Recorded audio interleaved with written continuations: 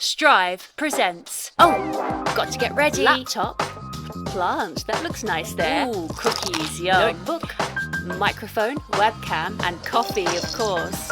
A video podcast where deaf, hard of hearing, and disabled creatives and their allies chat about experiences, best practice, and the future of the arts. The Green Room. Hello and welcome to The Green Room, a weekly video podcast produced by Strive Collective, a collaboration between Hot Coals Productions and the DH Ensemble. My name is Clare-Louise English and I'm one half of Hot Coals Productions. So over a 12-week period, we'll be chatting to some of the most exciting deaf, disabled and neurodiverse artists and talent in the industry and their industry allies, both here in the UK and abroad. We're going to be celebrating best practice, spotlighting unsung heroes, and hopefully inspiring others to really keep access and diversity front and centre in the coming months and years. So we're going to be publishing a new interview every Thursday evening at exactly 7:30 p.m. You can watch that kind of live on our YouTube channel, or you can watch it on catch up, and you can find out all those details of how to do that on all our usual social media platforms and on our webpage. If you are watching with us live on YouTube, hello, welcome, thank you for joining us. Please feel free to join in the conversation by commenting in the comment box. Also hit like and hit subscribe, please, so that you get a notification for next week's episode. If you're watching on catch up, you can join the conversation at any time by using the hashtag #thegreenroom_UK. And exciting news, we are now in the world of podcasts as well. So you can catch us on all your usual podcast outlets, Spotify, Apple, all the usual blah blahs. So before we start, I'm just going to do some introductions. So as I say, my name is Claire. I am a white female. I have red mid-length hair, which is straight today. I'm wearing a kind of, let's say, tiger print black and gold sweater, which looks nicer than it sounds. And you find me today in my living room. I've got some funky wallpaper behind me, a plant that everybody thinks is fake, which in fact it isn't, and it is flowering at the moment. And I'm on one of those swizzy chairs, so I keep rocking backwards and forwards.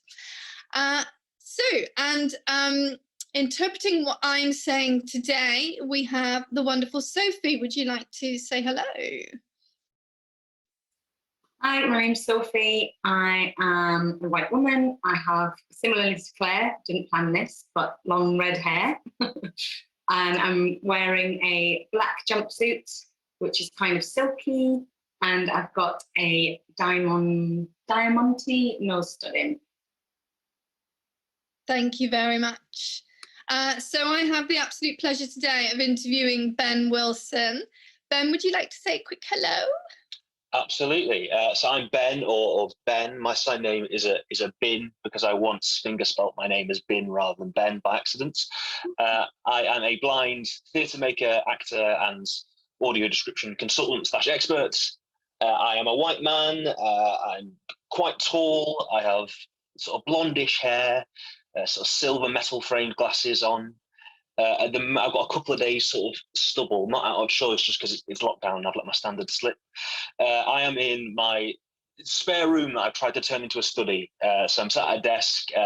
You might be able to see behind me is a empty picture frame hung on the wall, which I've just realised makes me look like a complete freak. But I ordered a frame and a picture, and the picture hasn't arrived yet. And I've got a mug of tea next to me out of my favourite Leeds United themed mug. And that's me. So I believe I'm now handing over to Martin, who is going to be interpreting for me today.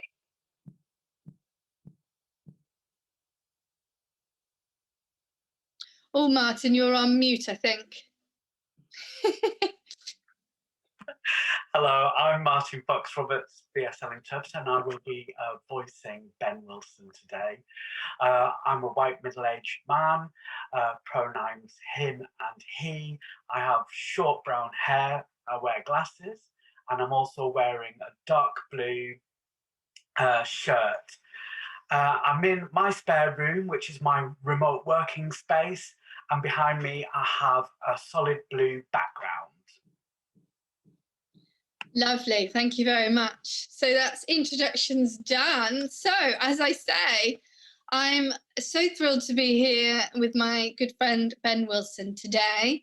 Actor, writer, theatre maker, audio describer, agent for change. Have I missed anything out, Ben? I forget sometimes. That sounds about right. All of those, probably a few more that I've forgotten.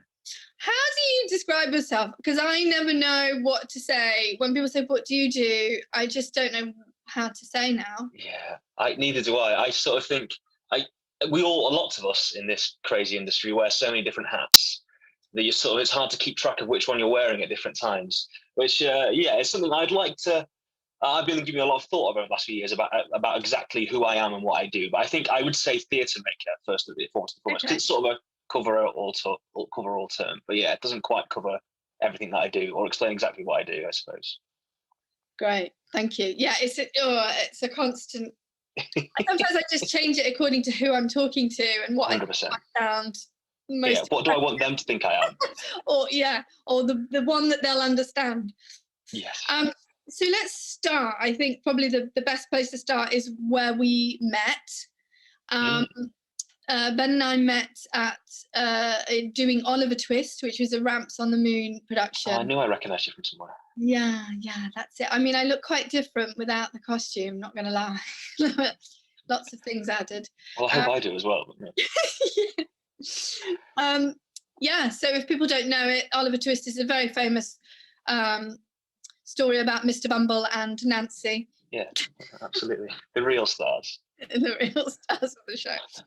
I don't know if we could talk much about Oliver Twist without bursting into tears. It was the show that started and unfortunately didn't get to do its big run because of this pandemic thing. Very sad. So we won't talk too much about that. I don't know how you feel. I felt like I was in a production that was actually going to really make change. You know, as an actor, you kind of often you want to be part of those things that are really going to make a difference in the industry, and it really felt like Oliver Twist was that show. Absolutely. It's one of those jobs that I feel like I've been talking about wanting to make that sort of work for years. Yeah. And so to actually get the opportunity to do so, like a big main house show with a great, incredibly talented team of people, all of whom were sort of taking personal responsibility for creative access and doing some, I think, amazing, creative, wonderful things with that stuff. It's like, that's what I've been talking about, wanting to be a part of for years. So to get to be a part of it, even if it didn't last as long as we wanted it to, was just such a wonderful feeling, particularly when everyone involved everyone apart from you was just a delight. It's going to be a long hour. So I'm just going to just give a little overview of Ramps on the Moon for people who don't know. It's a consortium of 6 theatres who came together to put deaf and disabled actors kind of front and centre in big productions, high production values, on main stages. And those 6 theatres came together, 6 theatres from across the UK. And the idea was that each year, one of those theatres hosts the show, and then opens the show. So the show is rehearsed there, and then it opens at that theatre, and then tours to the other theatres for 2 weeks each in each of those theatres. So big production, main stages, really exciting company. And each of those theatres also have an agent for change, which brings me nicely to Ben being agent for change at Sheffield Theatre. So give us I'm curious to know, what is the role of an agent for change? Good question. I should probably know that sort of nearly 4 years in. But so as you said, sort of Ramps is that consortium. And I would say actually those shows are sort of part 1 of Ramps, and sort of the second strand of Ramps, which I think is sort of arguably the more important one, is to try and use those shows as the catalyst for change within those 6 theatres and the industry more broadly and more widely, in terms of getting more deaf and disabled artists on those stages and more deaf and disabled audiences into those buildings, in every capacity, and diversifying the workforce and all of that stuff, and generally trying to shift and change and develop and progress how those organisations think about things like disability and access and diversity and those things. And so, as part of that, as mentioned, each of those theatres has someone with a very fancy job title of agent for change, which I sort of flip between on a daily basis, whether it's the coolest job title ever or the silliest. I think it's probably a bit of both. But the general idea is that person is generally a disabled artist or a deaf and disabled person from within the theatre industry, in place in the building, to be part of the team on a sort of everyday basis, to work with everyone across the organisation to try and embed that change and try and make that change happen, and run projects that will hopefully, try to start to make that change happen, and things like that. And so for the last sort of 3.5, nearly 4 years, I've been in that role at Sheffield Theatres, which, if anyone doesn't know, Sheffield Theatres is the organisation that runs the Crucible and Lyceum theatres here in Sheffield. And it's such I love that job, and it's been brilliant for me. Like, it's opened so many doors to me. I've learned so much being in a building and an organisation of that size, and had some amazing doors open to me, some amazing opportunities, and met some wonderful people. But it is a strange job because it's such a broad job description, and you turn up on day one and it's like, right, here's a desk, off you go, just change the organisation. It's like, oh, right, cheers, thanks. Kind of undefined, isn't it? I guess it's like you're creating the job as you go and responding to what the needs are of that theatre. Definitely. And also try to recognise what you can bring and what your skill set is, because all of the people who have done this job at various theatres we've all got different backgrounds and different skill sets and different experiences, and it's trying to work out what you can bring as well as what the organisation brings, needs, what you can bring to it. And it's tricky sometimes because you sort of need to be all things to all people sometimes. When someone comes to me, it's like, right, we want to do a reassessment of our HR policy to make sure our employment sort of processes are accessible. Well, what do you think? I'm like, well, I don't know. And so you've got to try and, so the challenge of it is trying to have a broad range of experience, but also, and be around and be useful in those conversations, but also knowing, having an understanding of what it is, I think, that, I've got that I can bring, and what my experience, how that can be relevant and useful, I suppose. Yeah, I guess it must feel good as well that what you're essentially doing is creating lasting change. Production is amazing and very kind of public facing, but it doesn't mean anything unless the sort of back of house is also got the same aims, and the change lasts once the production has closed. Yeah, absolutely. It's absolutely, it's one of those jobs that you have days that are just brilliant because you feel like you're changing the world and making everything better, and then you have days where you're like, oh no, I'm not getting anywhere, I'm letting everyone down. Because I think it's a job that I feel a massive responsibility sometimes, because that sort of change is, I think personally, from my experience of the world, is vital and so important and so needed and so necessary. And so those moments where you don't feel like you're managing or not doing enough can be really disheartening, because you feel like this is a great opportunity for us to make a difference. So I really want to do it justice and really make sure I'm doing some good whilst I'm there. Yeah, awesome. Yeah, well, I would like to shift a little bit now from agent for change to audio description, because it would be utterly remiss of me to talk to you and not talk about audio description. Cool. I can now hear your neighbours. Are they banging? I'm sorry, I've some work being done next door, which is the joys of working from home. I hope it's not too distracting. I'm not sure about the feng shui, by the way, of having a picture frame on your wall that doesn't have a picture in. That does feel a bit weird. Well, it's hopefully going to change in the next hour or so, when the next couple of hours when a parcel arrives. Okay, great. So I wonder if first we should talk, just to put sort of audio description into context a bit, into your personal context of your sight loss, if we may. Absolutely, yeah, of course.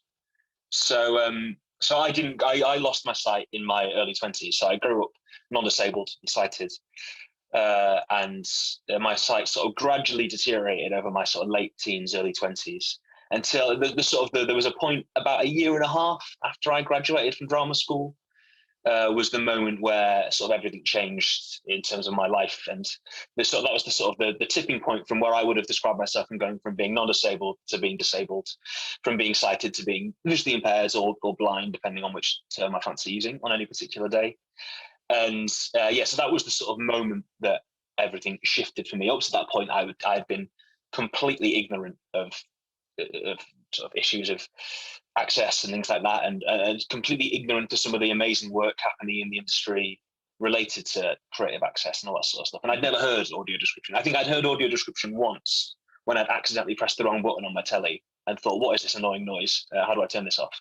And and so the terrible pun that I always use and will never stop using is that losing my sight was a real eye-opening moment. It really opened my eyes to all of this stuff. So the really exciting, amazing work being done by disabled artists, and the amazing work, the mix of work, I suppose, being done in terms of access for disabled audiences. And yes, that was my sort of, and that was really a lifeline for me, I think, really, because as someone who grew up non-disabled, and as is the case with so many people, so many non-disabled people, my only experience of disability was terrible, toxic, really bad representation in film and TV and theatre and literature, and really unhealthy representation, really unhealthy narratives that had been established in my mind. So that meant when I lost my sight, for the first 6 months or so, I had a terrible sort of mental health crisis, really, because I presumed that now that I was disabled, now that I was blind, that was the end of my life. I presumed that was the end of my career, the end of my social life, the end of my love life, the end of my sort of independent life. And it really was a huge challenge. And the only way I really got out of that and managed to crack on with my life was by engaging with work made by disabled artists, showing me and telling their stories and showing me that it didn't mean all of that. And actually, I very quickly managed to learn the lesson that it wasn't the end of my life, wasn't the end of my career, wasn't the end of my social life. My love life would be as embarrassingly empty as it was before I lost my sight. So that was a real moment for me in my life. Seeing work for the first time. I went up to Edinburgh that year and saw sort of 4 or 5 shows by disabled artists that just made me fall in love with that sort of type of storytelling. And also audio description. I started listening to audio description on telly, on film, and when I went to the theatre, when it was available to me at the theatre. And I was sort of monumentally unimpressed, I suppose, would be how I put it. That was going to be my question. Do you remember that first time that you listened to audio description, and how presumably disappointing it was? Yeah, well, I sort of a few occasions over the course of I suppose a year or so, that first year or so, where I was listening to audio, because it took me a while to hear theatre audio description because it's so rarely available. It's generally only on shows in big venues, and generally once or twice during the run. So actually, your opportunity to hear audio description is fairly rare. More common. You can on most TV and film these days. It's easier, most, not all, to find an audio described version. And so I was just sort of hugely surprised and shocked that it was so uncreative and generally so uninspired and just been given no thought. And it was actually, I'd describe it as one of the most disabling moments of my life. The most disabled I've ever felt is being sat in a theatre wearing really uncomfortable headset that no one else had to wear. I was the only one as far as I could tell, the only person in the whole building wearing one of those headsets. And then the clear, obvious fact of the matter that no one other than the audio describer, who'd clearly worked really hard and trained very hard to get good at the skill of audio describing, but that no one else involved in the production had even given it a second's thought. No one had given it even a moment's thought about how can we make this work with the show, or what's the best option to audio describe this show. It was just my experience. It didn't matter to them as much as everyone else in the audience, because it's not something that they seem to care about. What for people who haven't listened to audio description, and we're talking about that version, we're going to talk later about how to do more interesting versions, but that version of audio description, the kind of traditional what has been the way for a very long time. What is that? Describe to us what that is for people Sure. who've never experienced it. Yeah, so the sort of the traditional form of audio description, which audio description in this country has probably been around for about, in theatre in this country, has probably been around for about 30 years, really. Before that, it didn't really exist at all. Okay. And very quickly, there was sort of an established set of rules about this is how it's done. And generally, that is still how it's done in 99% of venues or shows when audio description arrives. And that is, you wear a headset, and into those headphones, a voice is projected, and that person is sat in the back of the theatre in a little booth, describing the visual elements of the show and giving you an audio description, introduction of the set and the props and the costume and those sorts of things. And it's very dry. It's sort of a sort of voice of God's characterless, sort of bland. Well, I don't want to say bland, but because lots of the people who do it have very pleasant voices to listen to. But it's not with any character. It's all very objective. They're told not to give any sort of subjective opinions or anything like that. It's all just very neutral. Very normally, 9 times out of 10, it's an RP voice. No matter what the show is happening on stage, so it's very separate and very dry, I'd say, is probably the words I'd use to describe it, which can be perfect and can be very appropriate. And like I said, the people who do that job are very skilled at what they do, and it's a very difficult skill to get right. And they do it brilliantly. My frustration is always with the people making the show, whether that's the director, the producer, the writer, the whoever it might be, and because there is a chunk of your audience, maybe not the biggest chunk of your audience, but a chunk of your audience whose entire experience of your show is being defined by this one element. So why are you ignoring it? Why are you not wanting to get stuck in? And even if it's as simple as helping them decide which words to use to describe particular things, and things like that. Well, but even more importantly, why aren't you wanting to cast the most appropriate voice, or the most, or just have conversations to make sure that the interpretation of your show that they are giving to your audience is accurate or is relevant to what you've tried to achieve? It blows my mind that and also as an artist and a theatre maker, when I first heard audio description, or I first saw a caption performance or a BSL interpreter performance, I was like, wow, these are these tools and these toys that I've not got to play with before that I could use in exciting and creative ways. Why have I been ignoring these? I want to get stuck in now and use these and add these to my arsenal of weapons.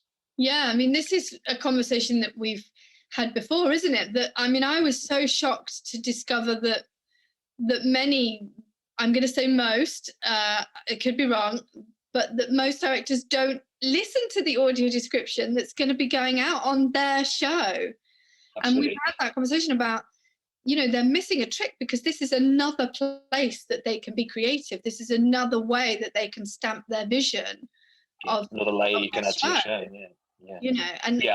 I would say the vast majority of directors, and I'd say one interesting factor of that as well is that actually a lot of directors would probably not even be aware that an audio described performance was happening of their show. Like, they wouldn't even know that it was going to happen, so wouldn't think to get involved with it. Because I think the interesting thing about audio description, well, one of the many interesting things about audio description compared to, say, captioning or BSL interpretation or a relaxed performance or other sort of forms of making theatre accessible, is that if you don't know that it's happening, you wouldn't have any idea. If you weren't specifically listening to the audio description, it's invisible. Ironically, you can't see it. It's ignorable. It's really easy to ignore. Yeah. And whether that's sort of willful on on directors' parts or producers' parts or organizations' parts to just ignore it and pretend it's not happening, or if they are not aware of it. I think that's probably the case. If a director comes in on a freelance basis to work at a building, the audio described performance will happen after they've left, after press night, and so they would not have the opportunity to get stuck in and get involved unless they specifically made that happen. Yeah, so it's something that the box office kind of takes over a bit more, isn't it? It can be, yeah, absolutely. Yeah, it varies from place to place, but yeah, it can be, yeah. Okay, let's. I'd like to really get stuck into audio description now. So let's talk about, because we've had conversations before and you've come in and done an amazing masterclass for us on audio description on our Talking Bodies project with Hot Coals. So let's do like a mini masterclass. Great. We've talked before about the kind of 3 levels of audio description. So you've got your traditional audio description that we've just talked about, and it's kind of dryness and it's separation from the production. And then there's the more, the kind of same way of delivering it, but more exciting. And then obviously you've got your really integrated audio description. So let's talk about those other 2 levels. Absolutely. And what I would really like is that people can come away with ideas of how they can be more creative with the audio description in their shows. Yeah, absolutely. Well, the first thing I'd say is, I sort of, sometimes when I'm talking about this stuff, sort of split it into those three categories, but it would be really hypocritical of me to do that, because I've just said that I get really frustrated that there is a traditional way that everyone is told to do audio description, and that causes lots of problems. And so the first thing I'd say is these are the 3 that I've sort of thought about and experienced and put it, but I'm totally up for. The dream would be that so many different artists with so many different skill sets get stuck in and come up with new and different and exciting ways to make their work accessible to blind and visually impaired audiences, whether that's audio description or whether that's something else or something new. And that is starting to happen, is various artists or companies or directors or what have you really experimenting and being let loose to try new things and take risks and see what works and see what doesn't.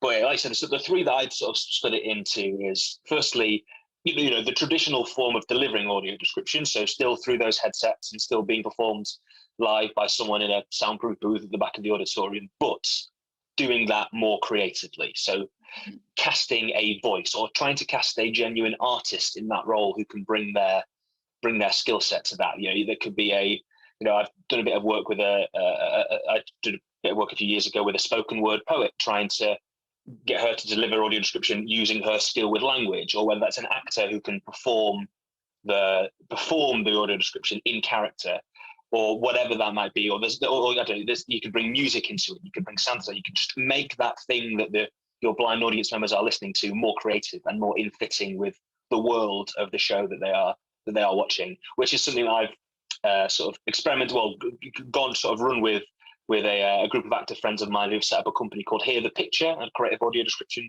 company in recent years. And they're a group of actors who do exactly that. They perform audio description in a more performative, creative, characterful way. What excites me about that is that it doesn't require big organizations who already deliver audio description to change their practice. They just use someone different and they bring the creativity. So ideally, we'd rip up that framework and start again. But if we have to deal with the traditional framework that's in place already, then that is a way of just improving things and making that framework a little bit more effective and a little bit more creative. And then the second way, would be still having a traditional audio description type thing, like an extra layer of someone describing the visual elements of the show. But instead of it being played through the headphones, it's played out for all of the audience to hear. So it's part of the show, and that forces you then. We said before about audio description sort of being hidden away. That puts it front and center. So it forces you as a creative team to really work hard on it and make sure it's as shit hot as possible and as lovely sounding as possible and as gorgeous as possible and as fitting with the show as possible. One example that I saw of that I thought was great was Wendy Hoos by Birds of Paradise. Jump in with that example and you've got well, there you go. Yeah, brilliant. So so really bringing character. Sorry, what was the name of that? What was the name of that show? Sorry, that was a bit quick. I missed it. Sorry, it's Wendy Hoos. So it's like Wendy House, but it's got like a Scottish accent. Yeah.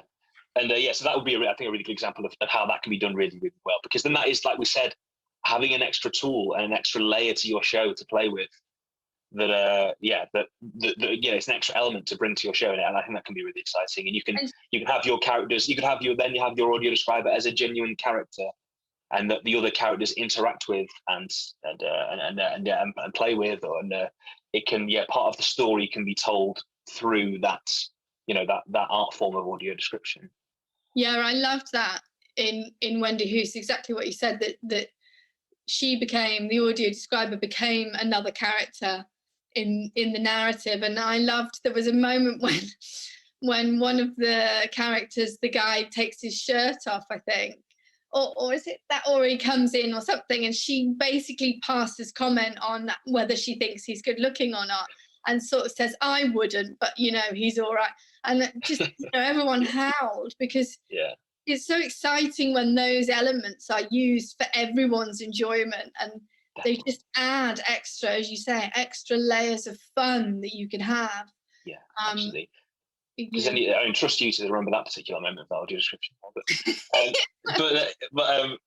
think the thing about that is that then it stops feeling like sometimes sort of access stuff when you're making shows. It can feel like a bit of a burden. You're like, oh, we've got to do this stuff now. Oh, we've got to bolt something on at the end to try and do this, and it's going to add extra time onto our process. Or we've got to block out a bit of time to work out where we're going to put a BSL interpreter or whatever. But if you don't do that, if you instead you embrace it as, this is part of our exciting vision for the show, it becomes a real joy, and becomes, as an artist, it becomes like one of the highlights of the process, something new to play with. Yeah, and I think this is a big area, this kind of bolting on access at the end of the rehearsal process.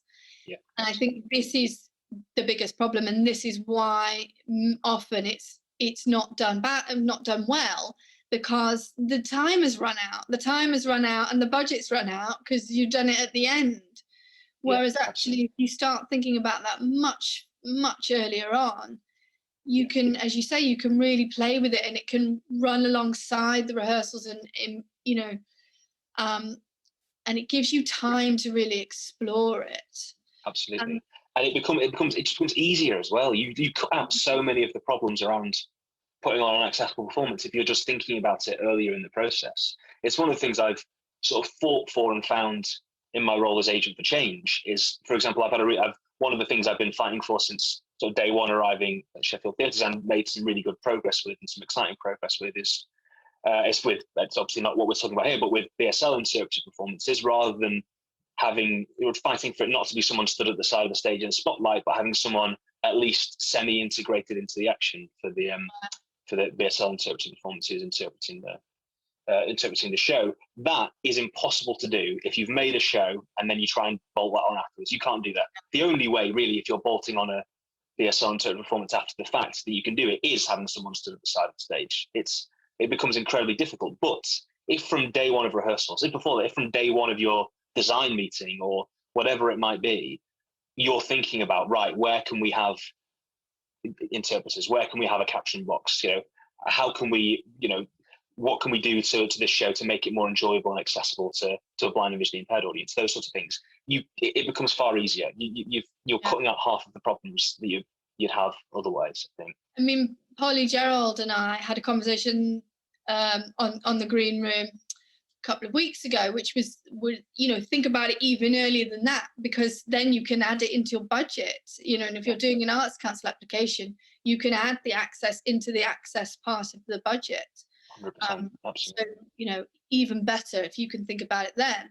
Yeah. And I've just thought of another example that is taking it away from someone else not on stage doing it. And before we go into the really integrated stuff, Grey Eye did a wonderful production of Reasons to be Cheerful, and they had one of the actors on stage doing the audio description, but it wasn't heard by everyone, but it was happening on stage. I think there was a phone box, and he would pick up the phone and talk into the phone, and that was what the that was the great Pickles Norman who was that what he described it, and the joy of that, it happening on stage like that. There was one character doing it, but he could then drag in other characters to do little bits and interact with the other characters. So the audio description you were listening to was full of little gags and little references and little layers. And actually, that's a really good example, because that is an example that me and our mutual friends, Amy Leach, who directed all the twists, but we stole completely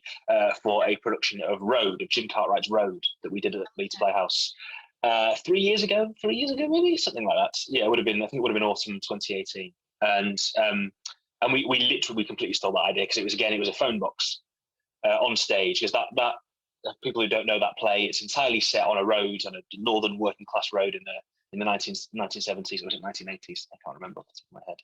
And and it's a lot of different scenes. It's a huge ensemble cast, and it's lots of different stories from this one road. So it's a huge cast, but there's always actors spare. There's always actors not being used. So what we did was there was always an actor who wasn't in the scene happening in the phone box audio describing it. So every single character in that show at some point was the audio describer and doing it in character.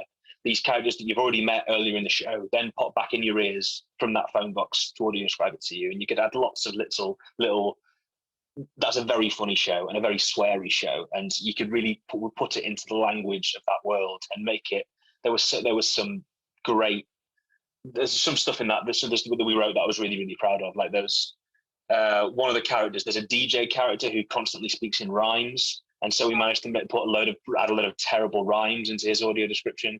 But me and the actor, Liddell, who played that role, we spent about half an hour coming up with about 100 terrible rhymes, and we then realised we're not going to fit all these in, but we had an amazing time writing them.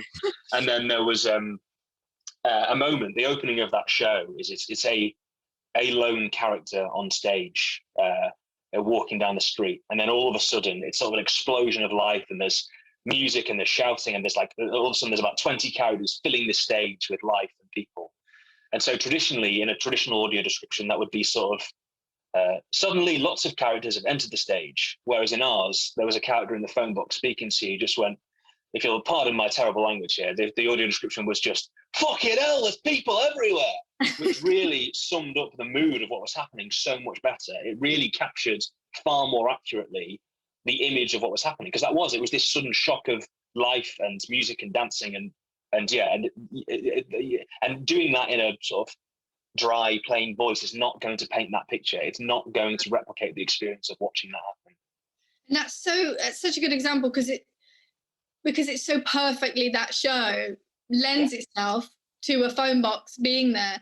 And it's about that, isn't it? It's about thinking at the point in which you're designing the show and you're coming up with the concept of the show. That, in many ways, that's the moment to go, okay, so where is this set? So what would be there that we could use? Absolutely. For the description or whatever access. Yeah. So what is there a character that it makes sense to who would be watching this world and describing it to you? Is there a particular tone or voice that fits with the world of this show? Because in the case of The Road, again, like I said, that really gritty, northern, sweary, working class tone of that play, it makes absolutely no sense to not try and replicate that in the audio description. And absolutely. So the next sort of level, and this is something that you picked up on with BSL as well, integrating that into a show. And one of the things that at Hot Coals, we're really keen to not split the audience's focus. So the audience, deaf and hearing, are getting their story from the same performance space. And you can do this with audio description, as we did with Oliver Twist. So let's talk about that, when you can embed the audio description actually into the action on stage. Absolutely. So the real goal would be, like you said, that everyone gets the same experience and everyone gets the same show. And really, there is so much of life that you don't need. The audio description is only needed if the show itself isn't already accessible. It doesn't already make sense. Think about, there are huge art forms, radio plays, podcasts, whatever it might be, that is a purely audible medium that make perfect sense, And so can you take that ethos and bring it to theatre? Can you make a show that is just as enjoyable, just as understandable, whether you can see or whether you can't? So firstly, the way you can do that is through integrating into the dialogue the sort of visual storytelling. So if, for example, a key moment in the show is Claire shoots Ben, and that's in the stage direction, and there's no dialogue around it. Claire walks onto the stage and shoots Ben. In traditional audio description, and say that if that happens without any audio description and without any dialogue, I would have absolutely no idea what's going on. I'd hear the bang of the gun and know that something had happened, but I wouldn't understand who's been shot, what's happened, what that means, all that sort of stuff. Yeah. So traditional audio description, you could have someone literally audio describing to you, Claire shoots Ben. But what if you integrate into the dialogue? What if, as it's unfolding, the character of Claire says, if you don't shut up, I'm going to shoot you. The character of Ben starts talking, and then you hear a bang from a gun, and then someone else goes, "Oh no, he's dead." That's terrible. We could write it better than that, but that is understandable. That is integrated into the dialogue. That is clear for everyone to hear what is happening, both aurally and visually. So you've integrated into the dialogue the visual storytelling. And so in that case, you don't need extra audio description to tell that story. And so everyone's getting the same show. It's smoother, it's slicker, it's a more enjoyable experience for an audience member, because you don't feel like you're having your hand held or being given extra things that everyone else hasn't. Everyone's getting the same experience, and it works for everyone. And then I'd say, sorry, go on. I was going to say, I love that, because what I like about that is that the access becomes invisible, pardon the pun. It becomes so integrated that you don't know that it's there. It just is there, and it just is a satisfying experience for everyone. Yeah, which was one of my frustrations. Well, not frustrations, but it's a joy, but also a frustration with like the response to Oliver Twist, for example, is that I had several conversations with people who saw that show who had no idea that there was integrated audio description in that show. But it just happened. It made sense. It made perfect sense to the world of the show that people would say those things, or that bit of sound design would happen there.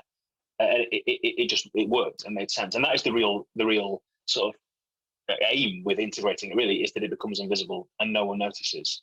But it also means very frustrating when I've worked really bloody hard to make this integrated. No one's bloody noticing. But yeah, that's just me having an ego and being selfish. And, the other element. Yeah. The other element of that, then, like I said, there is sort of, because there's when you think about it from an integrated point of view like that, the other thing you've got to remember is another one of the cheesy sound bites that I use at every opportunity is that no one goes to the theatre and leaves afterwards and going, yeah, it was great, I was given access to it. You go and want to be engaged and gripped. So or told a story, and I think there's no point being just giving access. You've got to think about the experience, providing an entertaining and engaging experience for all of your audiences. So in the case of blind and visually impaired audiences, let's not just make sure the story makes sense, let's make sure it's just as enjoyable aurally as it is visually. So that's where you can start using things like sound design and music and dialogue and text to make sure that it is enticing and enjoyable and a really pleasurable experience. So if you concentrate on making your show a treat for all of the senses, then it doesn't matter if you've not got one of those senses, because the other ones are being treated and delighted and engaged with. Yeah, and so then you avoid any kind of feeling of handing things, like handing a story on a plate. Maybe it doesn't need to be described to you every moment. If you can hear where they are, and you can hear the gunshot, and you can hear the soundscape, then it's more enriching, and you're not just being spoon-fed, Yeah, absolutely. So it's I think sometimes, and this may be controversial to some people, I always think as an audience member, I don't mind, like some audience members, some blind and visually impaired audiences might say, no, I want every detail that a sighted audience is getting. Personally, I'm not bothered, as long as my experience is just as good, or is just as enjoyable, or is being replicated in a similar way that is just as enjoyable and just as entertaining. So if I'm not getting the great visual of a dramatic shooting, for example, to stick with that example, there might be a really striking visual element and I'm not getting that. For me, it's more useful and more enjoyable to try and replicate the drama of that moment through sound design, through dialogue, through music, whatever it might be, rather than being told exactly what it looks like, just being told exactly what everyone else is getting, because then I'm just being told that everyone else is having a great time, because there's a great bit of visual storytelling and I'm being told about it. That's not good. But if it's a great bit of visual storytelling that is also a great bit of oral storytelling, then that's just as enjoyable for all of us. Yeah, that makes perfect sense. And we talk sometimes with BSL integrated shows about there being moments when the audience actually doesn't know exactly what's going on. And there is that balance of making sure that the deaf audience also don't know what's going on at the same moment, but don't think that it's because they've been forgotten. it's deliberate that at this point in time we don't know who that person is or what the twist is yet. Absolutely. And don't get me wrong, it can be really frustrating. For example, if there's a visual gag and everyone else around me is laughing and I'm like, well, that feels really excluding as well. So maybe there are moments when you need to just and trust me, having listened to a lot of audio description, there is no good way. Well, no, there are good ways, but generally it is very difficult to replicate, visual gags through audio description and things like that. So sometimes there is no other way around it other than, right, we just need to explain what's happened here. Yeah. But, generally I think, it's that sort of making sure everyone's experience is as enjoyable and engaging as well as accessible. Amazing. I hope that we've given people lots of ideas to take away from that. I feel like there's some real practical things in there that people can do. And even if they just do one or two things in their next show and they go, well, maybe they'll build on it each show. That's my hope anyway. Yeah, even if it's as simple as, if you're a director working at a place where there's an audio described performance, listen to it. If you've directed a show, just listen to it. And I guarantee you will go through that experience and not next time want to get stuck in, because the audio describers will have made decisions that you disagree with. They will have made some that you agree with. You will have had ideas that you wanted to chip in and share and all that sort of stuff. Just engaging with it, making that first engagement with it and starting to think about it for the first time is a step in the right direction. Well, obviously, we then want more than that after that. Yeah, maybe our top tip, I don't know, I might be putting words in your mouth, but maybe the top tip would be for a director actually to go to the theatre and listen to the audio description somewhere and experience that, even if it's not on their own show. Definitely, so that they experience it and think to themselves, what would I have done? 100%. Yeah, I think that's a great starting point. Yeah. So lastly, I just want to, I must mention that some of the things that we've mentioned will be in the, we'll put links to them in the comments so that people can look them up. And one of them is Ben's company Here the Picture, so do have a look at them. And then you have another company called Brick Wall Ensemble. And have you got some podcast stories out at the moment? Do you want to give is that Brick Wall Ensemble? Oh, yes, Brick Wall Ensemble. Yeah, so Brick Wall is like my sort of journey as an actor my sort of transition was, I was an actor, then I was an actor who sort of made his own work, and I sort of now sprung into the sort of making of work being far more regular than the acting in other people's work. And the way I originally started doing that was with Brick Wall Ensemble, which is essentially me and a couple of colleagues / friends who've known each other for years. That is our vehicle to make work together whenever we either get our asses together to actually do something, or whenever we have an idea that we can't let go of and need to get stuck in with. So our most recent sort of big production was a show called Henry V, which was a retelling of Shakespeare's Henry V, but to be made about, instead of it being about a king going to Europe to take over and invade, it was about a group of a landlord of a pub taking his mates to the World Cup following the England football team. And it was entirely set in a pub, so we toured it around pubs all over the country. And it's probably the thing I'm still most proud of in my career, because it ticked off all of my boxes in terms of football, Shakespeare and pubs are my three favourite things in the world. And I got to do them all in one go. I always sort of joke about that show in that, so I wanted to do a show where I got to do the once more into the breach monologue. I wanted to get sort of beer showered in the dentist chair, beer showered in the style of Gaza at Euro 96, and then jump up and dance to Earth, Wind and Fire. And no one else was going to let me do that show, so I had to make it myself. And so that was the last big Brick Wall production. But yes, over the last year, we've started its first 2 episodes of an audio drama called Mike on the Mic, which is available as a podcast wherever you get your pods. That is spelled MEIC on there, MIC, which is it's a series of stories told by a character called Mike. So it's sort of a fictional podcast host who tells stories, sort of inspiring stories that also then reflect on his own life. So the first one, Mike told the story of Eric Weinmeyer, who was the only blind person to have climbed Everest. And then in the second episode, he told the story of Mary Anning, who is the woman from Lyme Regis in the 18th century who discovered lots of fossils on Lyme Regis Beach. And yes, there'll be more of those to come in the future. Gradually, it's one of those fun projects that we can whack out an episode whenever we get around to writing them. We can sort of write and we can record and edit and everything in a couple of days and get out into the world. And they're fun to do. Excellent. Well, we'll make sure there's some links to those as well if people want to catch up on those. So we're kind of coming to the end of our chat. Anything that you'd like to leave people with, a top tip for audio description, or the thought for the day before I do some quick fire questions with you? Great. Yeah. So I suppose the big tip would be, as we said, think about it from day one, and then it makes your job so much easier.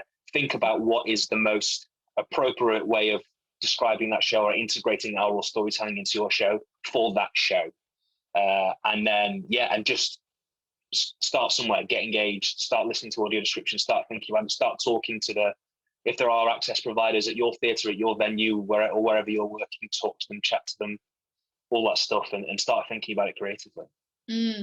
And I would say a top tip is to hire Ben to come in as an audio describer consultant. And actually, when you came to one of the things that we did recently, we were working with a group of actors and writers, and we set them the task with Ben to try to integrate some audio description into their writing, which was a really interesting challenge to set them in their kind of final drafts. And it was great to have Ben come in and give us a chat about how they might do that. And I think they did some really cool stuff and some really good stuff.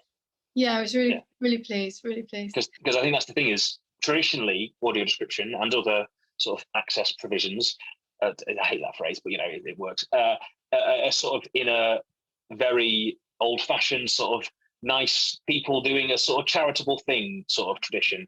Whereas if you put genuine artists into that role, or set that challenge to genuine artists with, creative visions, more exciting things happen. So 100%. Sorry, I distracted from the questions. No, 100%. Yeah, totally agree with you. Okay, so quick fire questions. Yeah. Don't worry, they're very easy to finish off with. So, theatre or film? Oh, theatre. I think I knew the answer to that. Yeah. Costume or set? Or costume. Everybody says costume. Tea or coffee? Tea. Dog or cat? Dog. Dog. Yes, is the right answer.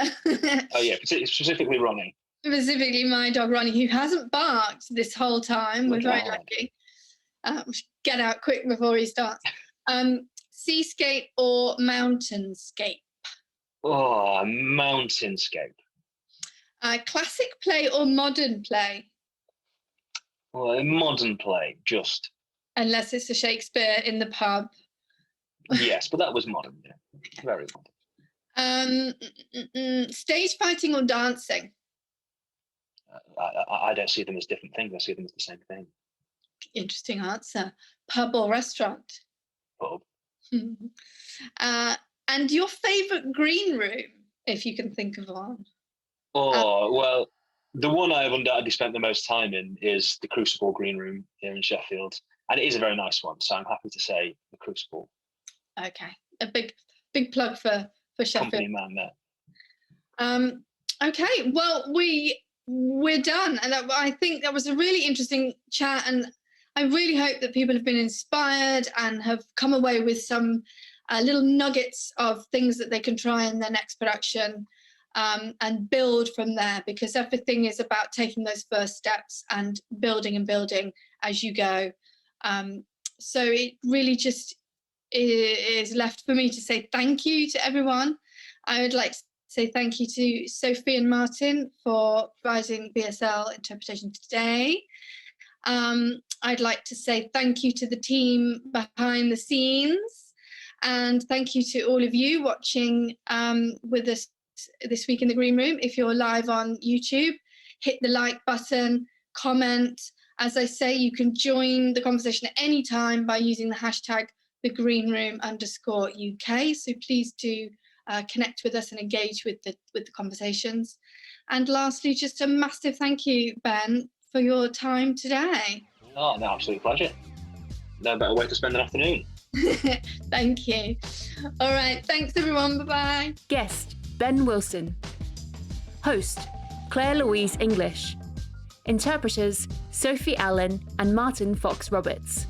Music, Road Trips, Off Shane. The Green Room, a video podcast produced by Strive, a collective made up of the DH Ensemble and Hot Coals Productions. You can find all the videos and audio recordings of this series at www.strivecollective.org/the-green-room. Twitter @Strive Collective with no E. #thegreenroom_UK. Celebrating best practice, spotlighting unsung heroes, inspiring action. Logos for Strive, Hot Coals Productions and the DH Ensemble, supported using public funding by Arts Council England.